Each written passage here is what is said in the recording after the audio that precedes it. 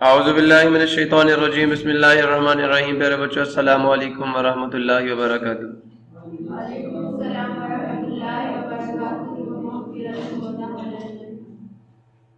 Rabbi इश्रह ली सदरी व यस्सिर ली अमरी वहलुल उक़दतम मिन लिसानी यफ़क़हू क़ौली।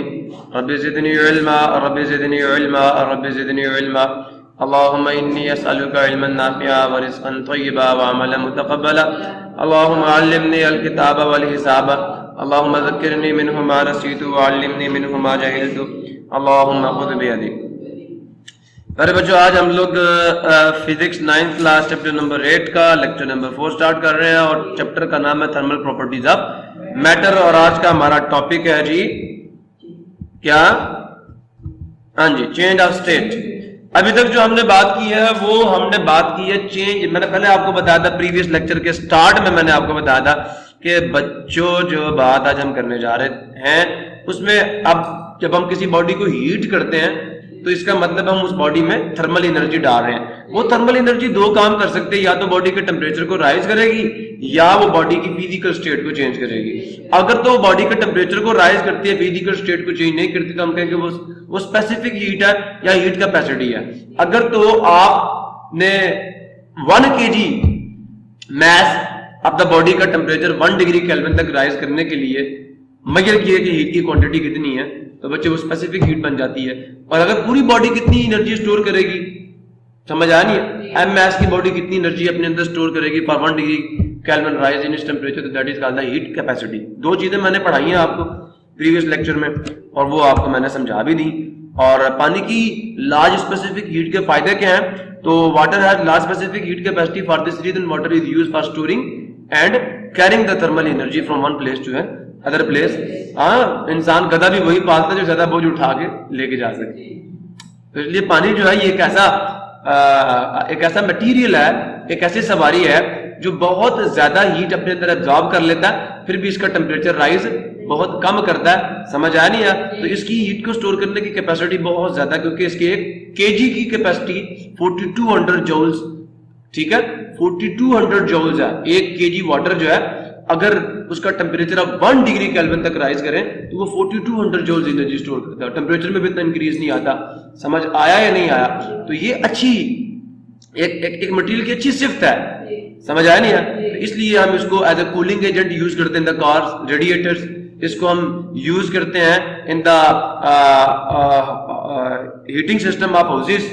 और फिर हमें ये भी पता है कि जो सीज और लेक्स के करीबी इलाके हैं उनका जो टेम्परेचर है, उनकी क्लाइमेट है, वो मॉडरेट है due to the large specific heat of water, या उन रिजर्वायर्स की हीट कैपेसिटी के ज्यादा होने की वजह से। क्योंकि ज्यादा पानी है तो ज्यादा हीट स्टोर करेगा, तो ज्यादातर एनर्जी तो पानी एब्जॉर्ब कर लेता है। लिहाजा वो जो इलाके आपके large reservoirs of the water के करीब है उनका टेम्परेचर भी इतना चेंज नहीं होता, क्योंकि सारी हीट तो पानी ने एब्जॉर्ब कर ली है, मैक्सिमम हीट तो पानी ने एब्जॉर्ब कर ली है। क्लियर हुआ? तो जनाब, आज का टॉपिक में हम लोग ये देखेंगे कि वो हीट जो फिजिकल स्टेट को चेंज करती है उसका नाम क्या है, और उस हीट का नाम है जी लेटेंट हीट। आज का टॉपिक हम नाम करते हैं मख्फी हरारत के। इस हरारत से टेम्परेचर में कोई चेंज नहीं आता। Change of state. Change of state क्या है? मैंने आपको प्रीवियस चैप्टर के पहले लेक्चर में बताया था कि what is meant by the physical state of a substance. तो फिजिकल स्टेट के the specific form in which a matter exist at a particular temperature and pressure. एक खास दर्जा हरारत पे और एक खास प्रेशर पे एक मटेरियल किस फॉर्म में पाया जा रहा है। अब वो फॉर्म सॉलिड भी हो सकती है, वो लिक्विड भी हो सकती है, वो गैस भी हो सकती है, और जनाबे अली आपको ये भी पता है कि वो प्लाज्मा भी हो सकती है। ठीक है, बात समझ आ गई? अब जनाब मैटर कैन बी चेंज्ड, मादे को आप तब्दील कर सकते हैं from one state to an. ये फिजिकल चेंज है, ये भी याद रखना। इसमें कंपोजिशन चेंज, पानी बर्फ की शक्ल में भी H2O होता है और लिक्विड की शक्ल में भी क्या होता है H2O होता है, और स्टीम की शक्ल में भी क्या होता है H2O ही होता है। उसकी कंपोजिशन में, उसके कंपोनेंट्स में कोई चेंज नहीं आएगा। तो matter can be change from one state to another state for such a change to occur. अब ऐसी तब्दीली को पैदा करने के लिए, ऐसी तब्दीली को लायहाए अमल में या हकीकत का रूप देने के लिए थर्मल एनर्जी इज एडेड। हमें क्या करना पड़ता है?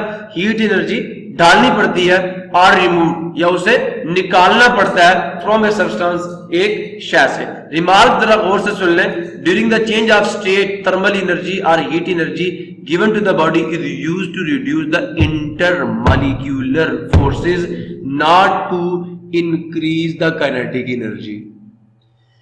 Kinetic molecular theory of matter मैंने कहा था, बार बार बार बार पूछूंगा, कहा था ना। तो जो थर्मल एनर्जी आप किसी भी मैटर को देंगे वो या तो उसकी काइनेटिक एनर्जी चेंज करेगा, सेकंड पॉइंट, या उसकी पोटेंशियल एनर्जी चेंज करेगा।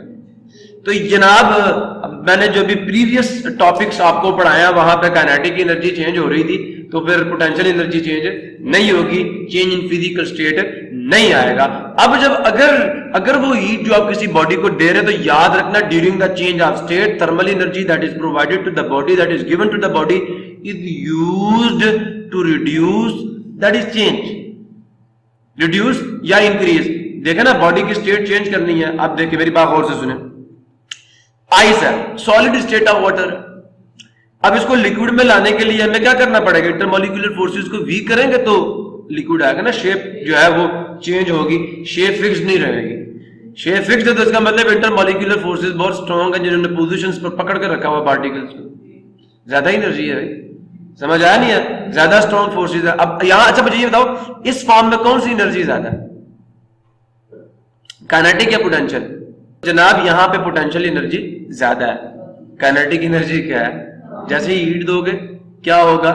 पोटेंशियल एनर्जी रिड्यूस करेगी, काइनेटिक एनर्जी बढ़ जाएगी, शेप फिक्स्ड नहीं रहेगी, इंटरमॉलिक्यूलर फोर्सेस वीक हो जाएंगी, पोटेंशियल एनर्जी कम हो जाएगी, काइनेटिक बढ़ जाएगी।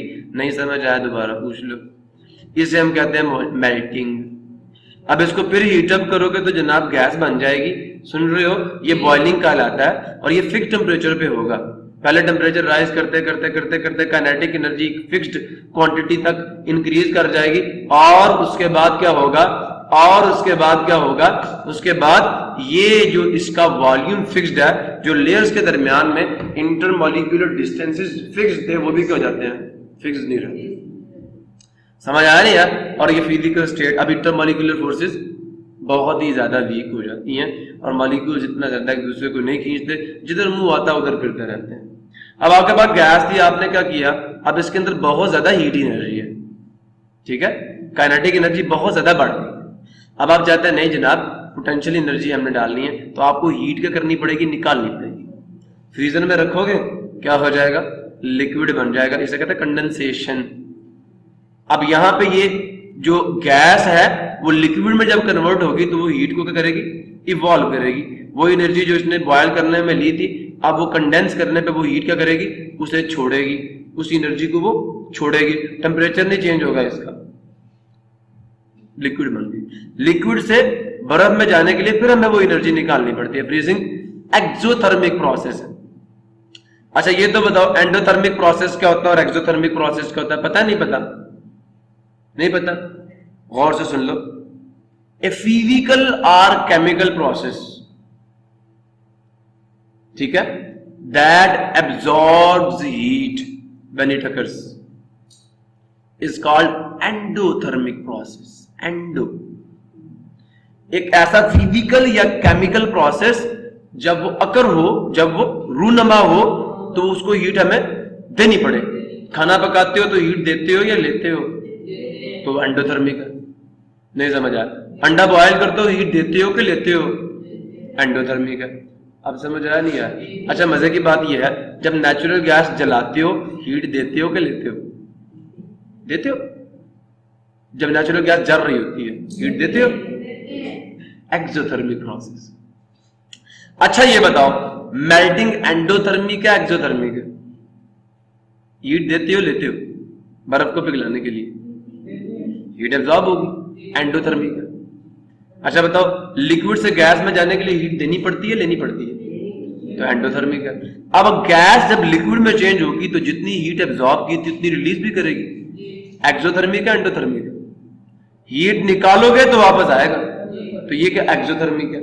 अब लिक्विड से आपने सॉलिड में जाना, तो इसके अंदर जो काइनेटिक एनर्जी हीट की फॉर्म में आपने डाली हुई है वो निकलेगी, तो ये फ्रीज करेगी ना। नहीं समझ आया? तो ये भी एक्सोथर्मिक प्रोसेस है।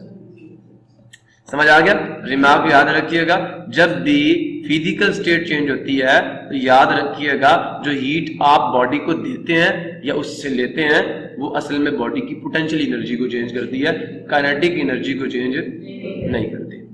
एक्टिविटी जनाब आपकी है, गौर से सुन लीजिए जरा, और ये हकीकत में मबनी प्रोसेस है। क्या किया? Take a beaker and place it over a stand. एक बीकर ले लीजिए, उसके अंदर बर्फ के टुकड़े डाल दीजिए जिनका टेम्परेचर -30 डिग्री सेल्सियस है, ठीक है। Put small pieces of ice in the beaker and suspend thermometer in the beaker to measure the temperature of the ice. Clear हो गया? टेम्परेचर कितना था आइस का? -30 डिग्री सेल्सियस। और सुन रहे हो?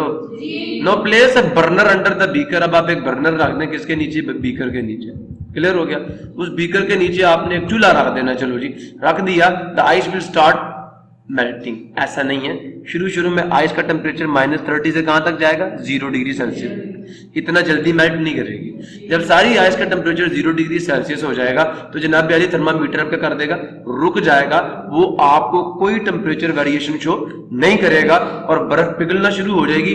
आप चूल्हा जलता हुआ देखोगे और बर्फ को पिघलते हुए देखोगे, लेकिन टेम्परेचर जो है वो चेंज नहीं होगा। टेम्परेचर चेंज नहीं होगा, टेम्परेचर में इंक्रीज। ये क्या बला है? हीट दे रहे हो, बर्फ पिघल रही है, लेकिन टेम्परेचर चेंज, टेम्परेचर 0 रहेगा और काफी देर तक, टाइम T1 से लेकर टाइम T2 तक। पहले टाइम चेंज हो रहा था, 0 से टाइम T1 तक आपने टेम्परेचर को इंक्रीज होते देखा। ये टाइम और टेम्परेचर में गिरा, 0 से लेकर T सेकंड्स तक टेम्परेचर राइज हुआ। जैसे टेम्परेचर 0 हुआ, भाई टाइम तो बढ़ रहा है लेकिन टेम्परेचर नहीं बढ़ रहा। ये क्या बिला है? हीट भी आप कर रहे हैं, वो हीट किधर जा रही है? तो बर्फ पिघलती हुई नजर आ रही है। वो हीट जो आप बर्फ को 0 डिग्री सेल्सियस पे देंगे, वो बर्फ के टेम्परेचर को अब राइज नहीं करेगी, बल्कि वो बर्फ की काइनेटिक एनर्जी। देखो, टेम्परेचर राइज होने का मतलब एटम्स और मॉलिक्यूल्स की काइनेटिक एनर्जी को इंक्रीज करना। टेम्परेचर राइज नहीं हो रहा, मतलब एटम्स और मॉलिक्यूल्स की काइनेटिक एनर्जी इंक्रीज नहीं कर रही, तो कोई दूसरी एनर्जी भी तो होती है ना एटम्स और मॉलिक्यूल्स में। उस एनर्जी को हम कहते हैं पोटेंशियल एनर्जी। अब पोटेंशियल एनर्जी रिड्यूस हो रही है और बर्फ अपनी इस शक्ल से लिक्विड में चेंज हो रही है, अपनी शक्ल को खोती जा रही है। अब उसकी शक्ल डेफिनेट नहीं रहेगी। इस दौरानिये में बर्फ के टुकड़े पिघल कर ऐसी शक्ल में आ जाएंगे जिसकी शेप फिक्स्ड नहीं है, वो एक प्रॉपर्टी खो देगी। क्लियर हुआ? फिर जब सारी बर्फ मेल्ट कर जाएगी, अगर बर्फ का एक टुकड़ा भी पानी में हुआ तो टेम्परेचर राइज, सारी बर्फ T2 टेम्परेचर तक पिघलेगी, फिर टेम्परेचर राइज होना शुरू करेगा। और करते करते जैसा ही 100 डिग्री सेल्सियस टेम्परेचर आ जाएगा तो अब फिर थर्मामीटर साहब साइलेंट मोड। 100 डिग्री सेल्सियस, अब टेम्परेचर T1, सुन रहे हो या T3 कह रहे हैं, T3 से T4 तक, जब तक बर्तन खाली नहीं हो जाएगा, सारा पानी जो बर्तन में होगा उड़ उड़ के कहां चला जाएगा? हवा में चला जाएगा। लेकिन थर्मामीटर मजाल है कि 1 डिग्री केल्विन या 1 degree Celsius silent temperature show करेगा। नहीं बात भाई, अब जो तुम हीट दे रहे हो वो काइनेटिक एनर्जी तो इंक्रीज कर नहीं रही। इससे क्या हो रहा है? फिजिकल स्टेट चेंज हो रही है। अब वो एनर्जी कहां जा रही है? वो एनर्जी जो पोटेंशियल एनर्जी है उसको डिक्रीज कर रही है और उसको क्या बना रही है? Kinetic energy. जैसे काइनेटिक एनर्जी वो क्या हुआ? अभी भी नहीं समझे? नहीं समझे? वो बर्तन में नहीं रहेगा। जिन मॉलिक्यूल्स की average kinetic energy 100 degree kelvin या 100 डिग्री सेल्सियस से बढ़ जाएगी ना, वो हवा में चले जाएंगे, वो बर्तन में रहेंगे नहीं। तो थर्मामीटर का टेम्परेचर कैसे बढ़ेगा? नहीं बढ़ेगा। वो बोलो, बोलते क्यों नहीं हो? ये ग्राफ आपको शो कर रहा है कि भाई इस तरह होता है। आइंदा से याद रखना, मेल्टिंग पॉइंट वो फिक्स्ड टेम्परेचर है जिस पर किसी बॉडी फिक्स्ड टेम्परेचर है, जिस पर कोई बॉडी सॉलिड स्टेट से लिक्विड स्टेट में जाती है या लिक्विड से सॉलिड। फ्रीजिंग पॉइंट भी तो होता है ना, सेम। ये मेल्टिंग और फ्रीजिंग दोनों सेम है। समझ आया? बॉइलिंग पॉइंट वो फिक्स्ड टेम्परेचर है, इस पर टेम्परेचर बढ़ेगा नहीं यार। जो हीट देंगे वो पोटेंशियल एनर्जी को चेंज करेगी, ये जो हीट लेंगे वो पोटेंशियल एनर्जी को चेंज करेगी। क्लियर हुआ? अब ये भी हीट, यहाँ पे स्पेसिफिक हीट यूज हो रही है, यहाँ पे स्पेसिफिक हीट यूज हो रही है, और ये जो हीट आपने दी है ये हीट, ये कौन सी हीट है? टेम्परेचर में तो चेंज आ नहीं रहा, थर्मामीटर का टेम्परेचर इंक्रीज हो नहीं रहा, इसको कहते हैं छुपी हुई एनर्जी, पता नहीं चलता किधर जा रही है, इसको कहते हैं लेटेंट हीट। बी से सी तक आइस एंड वाटर का मिक्सचर रहेगा, और इसके बाद आपको क्या मिलेगा? वाटर। यहां पे क्या थी? -30 से 0 तक क्या थी? आइस थी। उसके बाद क्या हुआ? बी से सी तक वाटर। अब जैसे सी से ऊपर ग्राफ जाएगा वाटर है, यहां से ऊपर जाओगे तो वाटर और स्टीम मिलेगा, इससे ऊपर जाओगे तो भाई स्टीम मिलेगी। समझ आ गया? तो जनाब, take a beaker and place it over stand, put small pieces of ice in the beaker and suspend a thermometer in the beaker to measure the temperature of the ice. Now place a burner under the beaker, the ice will start melting, the temperature of the mixture containing ice and water will not increase above 0 degrees Celsius until all the ice melts and we get water at 0 degree Celsius. समझ आ गया? कुछ समझ आ रहा जब मैंने बातें लिखी थी? अब मेरी इस बात को समझो जो मैंने कही थी, इसको अब समझ आया? ये वाला रीजन अब समझ आ रहा? ये समझ आ रहा? इससे टेम्परेचर में इंक्रीज आएगा, इससे फिजिकल स्टेट चेंज होगी, टेम्परेचर राइज नहीं होगा। जो पढ़ते जाओगे इल्म बढ़ता जाएगा तो बात भी अच्छे तरीके से समझ आएगी। क्लियर हो गया? अच्छा, आगे आ जाओ।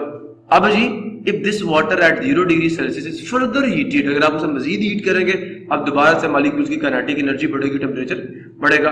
इस temperature will begin to increase, उसका दर्जा हरारत बढ़ना शुरू हो जाएगा above 0 degree Celsius as shown by the graph in the figure 8.9। नजर आ रहा है आपको?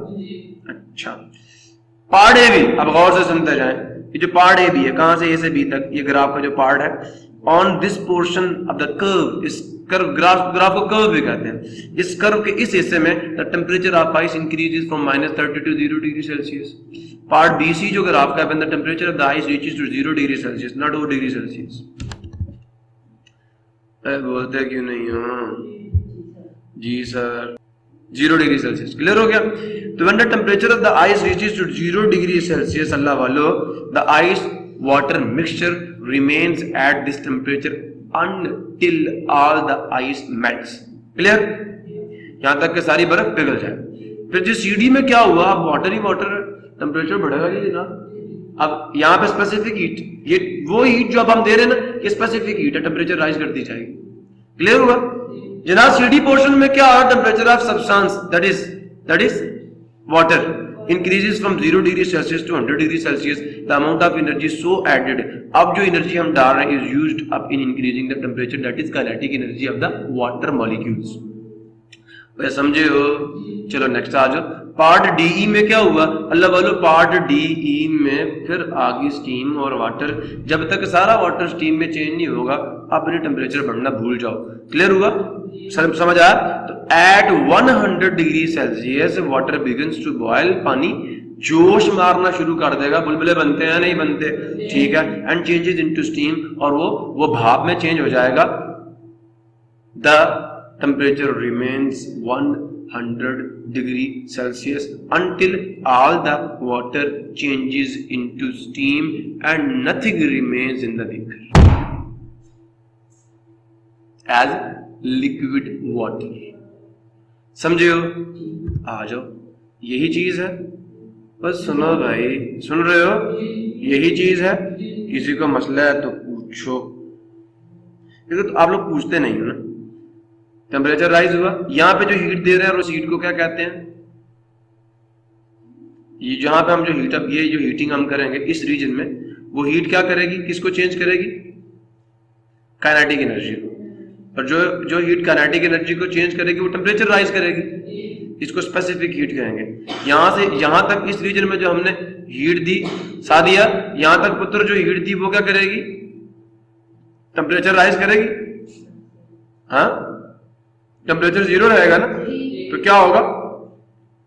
ये हीट सिर्फ फिजिकल स्टेट को चेंज करेगी। ठीक है, सॉलिड से लिक्विड लाएगी, इसका टेम्परेचर को इंक्रीज करने में कोई कंट्रीब्यूशन नहीं है, इसको कहते हैं लेटेंट हीट। क्लियर हो गया। अब ये फिर देखें ग्राफ ऊपर जा रहा, टेम्परेचर राइज कर रहा, समझ आया नहीं आया? तो ये जो हीट अब हम वाटर को दे रहे हैं वो फिर स्पेसिफिक हीट है, टेम्परेचर राइज करती जा रही है। जैसे यहाँ पे पहुंचेंगे फिर जो हीट हम दे रहे हैं वो पानी की physical state that is liquid से गैस में पानी जाएगा, लेकिन टेम्परेचर चेंज नहीं होगा। क्लियर हो गया। अल्लाह वालो, ये देखे चेंज ऑफ स्टेट की डेफिनेशन क्या है? Matter can be change from one state to another state और such a change to occur thermal energy is added or removed from the substance। अच्छा ज़रा गौर से सुनना, अगर अगर अगर यहाँ पे, अच्छा मुझे ये बताइए, इस रीजन में आपको क्या मिलेगा? पानी मिलेगा, पानी मिलेगा, स्टीम मिलेगी, इससे ऊपर स्टीम, इस रीजन में पानी और स्टीम का मिक्सचर होगा, ठीक है, क्लियर हो गया। इस रीजन में क्या मिलेगा? पानी मिलेगा, और इस रीजन में क्या मिलेगा? आइस और वाटर का मिक्सचर, और इससे नीचे क्या मिलेगा? सिर्फ आइस। क्लियर हो गया। अच्छा रिवर्स, यहां से यहां आओगे ना, इसे कहते हैं कंडेंसेशन, यहां से यहां जाओगे ना, इसे कहते हैं बॉइलिंग। समझा? अब यहां से यहां आओगे ना, इसे कहते हैं फ्रीजिंग, यहां से यहां जाओगे इसे कहते हैं मेल्टिंग। समझ आया? नहीं आया? पता नहीं क्या समझ आया। एंडोथर्मिक या एंडोथर्मल प्रोसेस या रिएक्शन क्या होता है? That type of reaction which occurs with the absorption of heat.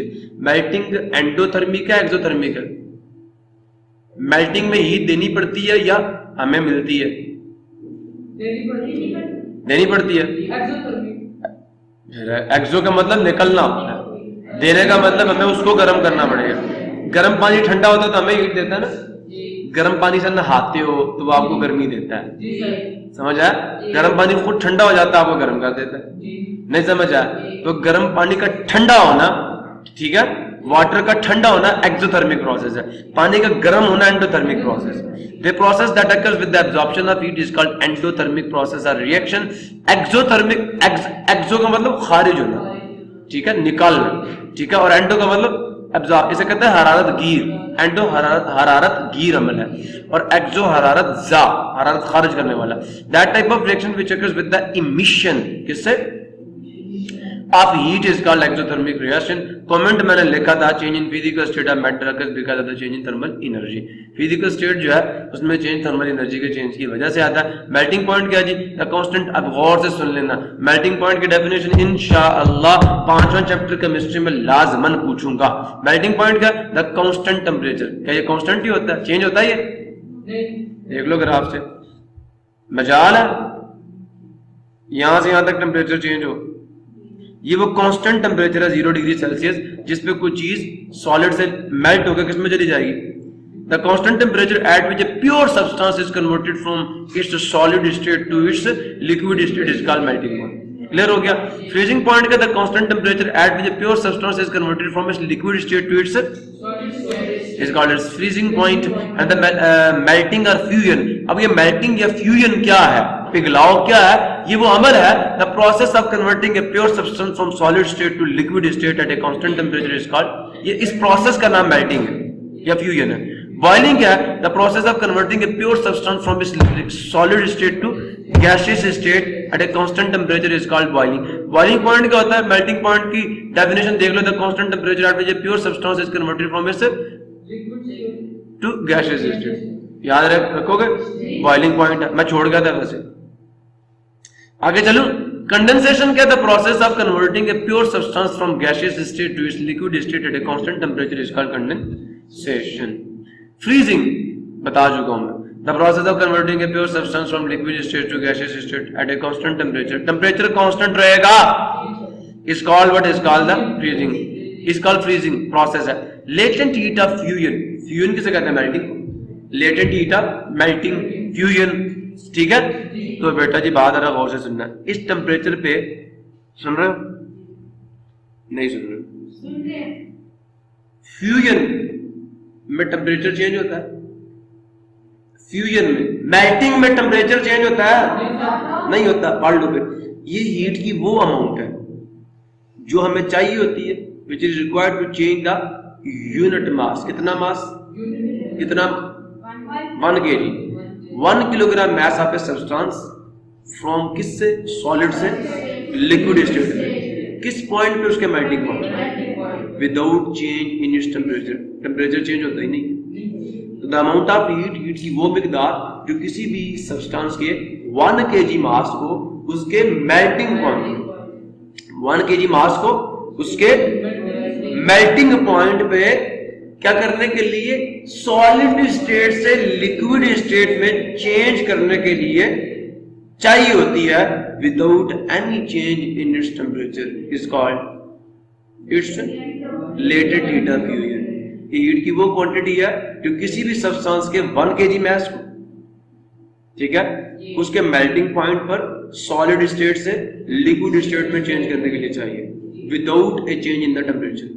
शर्त यह है कि उसका टेम्परेचर चेंज ना हो, लेकिन 1 kg मास सॉलिड स्टेट से किस में आ जाए, लिक्विड स्टेट में आ जाए। तो जितनी एनर्जी इस काम में खर्च होगी, एब्जॉर्ब होगी एनर्जी की, उस क्वांटिटी को अल्लाह वालों क्या कहा जाता है,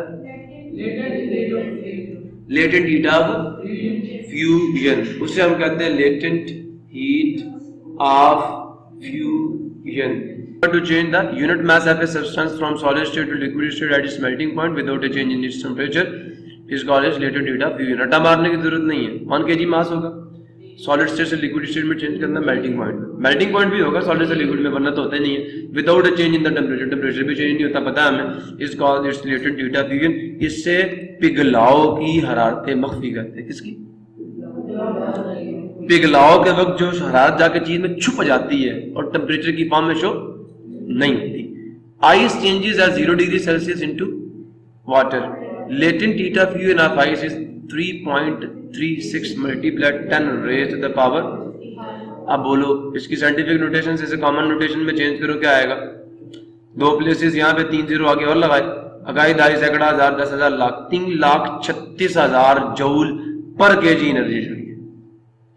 कितनी एनर्जी चाहिए? 3,36,000 पर केजी, 3 लाख पर केजी एनर्जी चाहिए, ठीक है।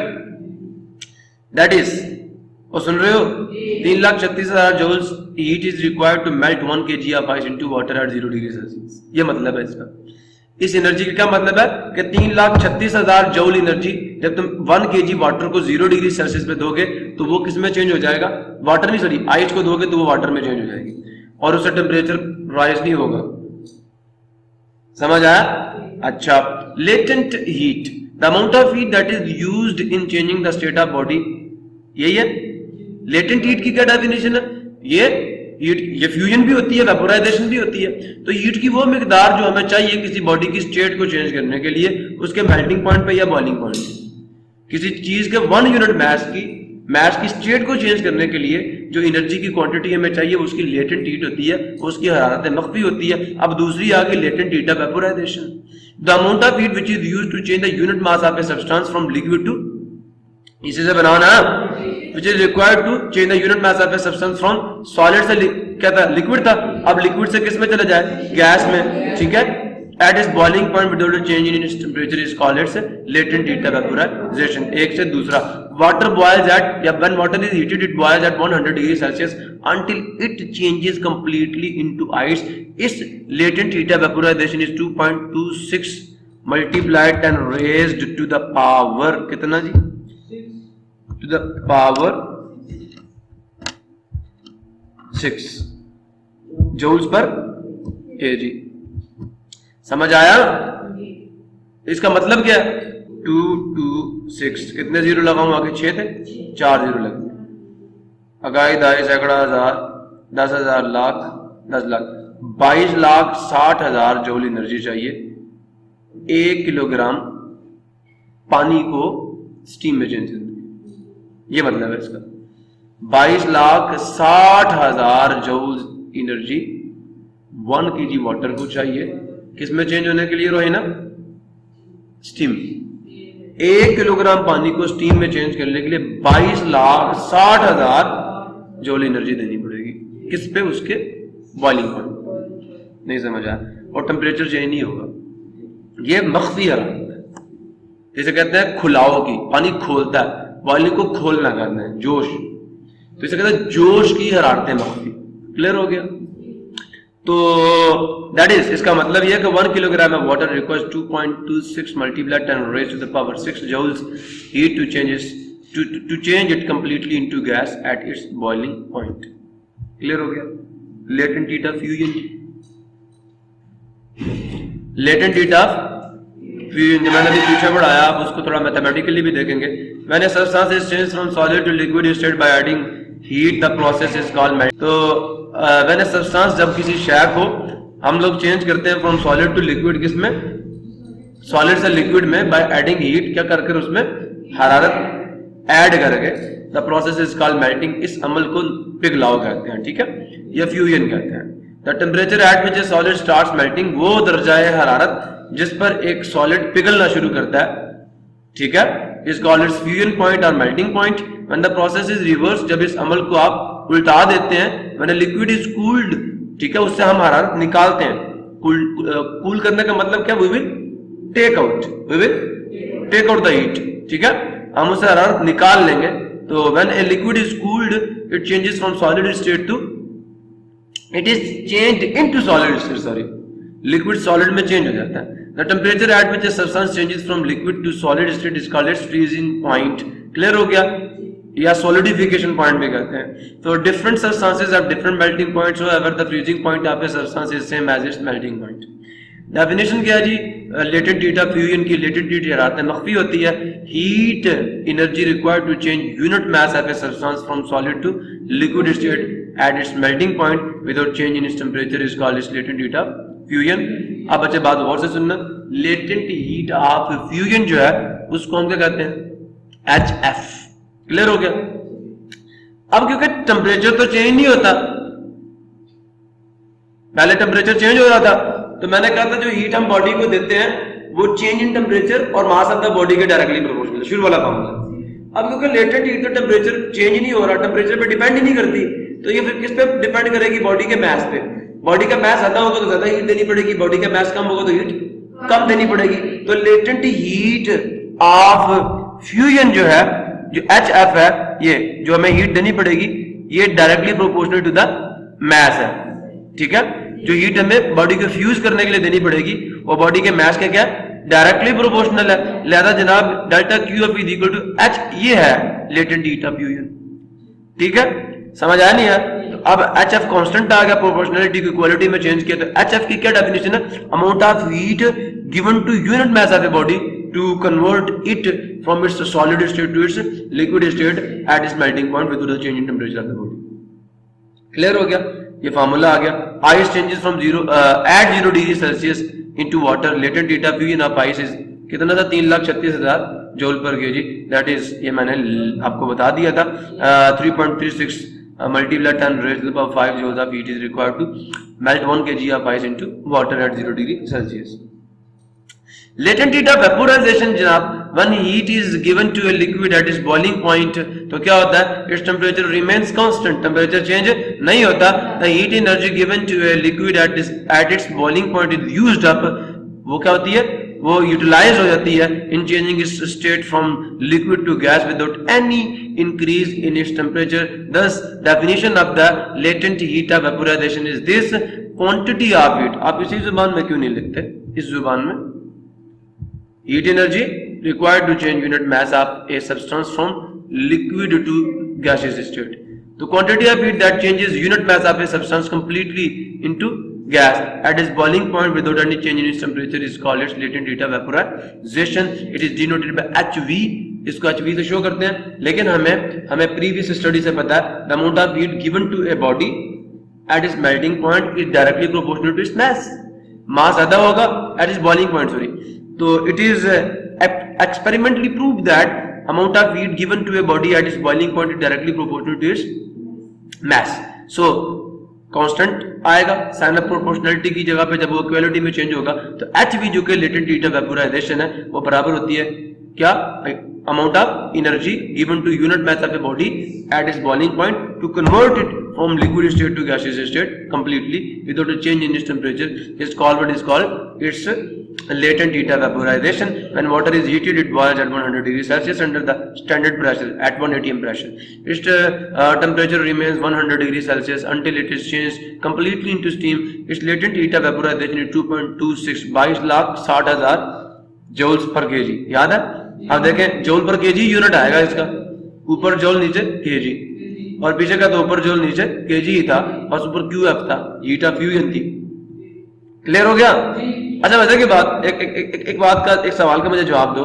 डिफरेंट मटेरियल्स है, देखें मेल्टिंग पॉइंट एल्यूमिनियम का क्या है 660 डिग्री सेल्सियस, बॉइलिंग पॉइंट क्या है ये, हीट ऑफ फ्यूजन ये है और हीट ऑफ वेपोराइजेशन ये है। अब डिफरेंट मटेरियल्स लिस्ट किए गए हैं और उनकी जो लेटेंट हीट ऑफ फ्यूजन है और लेटेंट हीट ऑफ वेपोराइजेशन है सेम नहीं है। इस क्यों ऐसा क्यों है जी? अब यहाँ पे लेटेंट हीट ऑफ फ्यूजन आपको ये बताएगी कि कौन सी चीज पिघलने में ज्यादा एनर्जी लेगी, किस चीज को पिघलाना आसान है मतलब थोड़ी एनर्जी देनी पड़ेगी, और कौन सी चीज को पिघलाने के लिए ज्यादा एनर्जी देनी पड़ेगी। अब बताओ कौन सी चीज को पिघलाने के लिए ज्यादा एनर्जी देनी पड़ेगी? 3,36,000 ऐसे ही था, किलो जूल है ना, किलो जूल पर केजी। समझ आया नहीं यार? तो सबसे कम किसको देनी पड़ेगी? हीलियम को 5.2 किलो जूल पर केजी। क्लियर हुआ? और बोलो तो सही, देख सकते हैं कि किस चीज को पिघलाना जो है वो ज्यादा आसान है, मतलब कम हीट देनी पड़ेगी पिघलाने के लिए, किसको ज्यादा देनी पड़ेगी। चलो आगे। So that is 1 kilogram of water required by 22,60,000 joules per kg या एनर्जी इज रिक्वायर्ड या joules heat is required to change the 1 kg mass of water from liquid to gas, that is steam. So 1 kilogram of water required 2.26 multiplied 10 raised to the power 6 joules heat to change it completely into gas, that is steam, at its boiling point. The value of melting point, boiling point, latent heat of fusion and vaporization of some of the substances is given in the table 8.2. ये समझ आ गया था graph आपको या नहीं?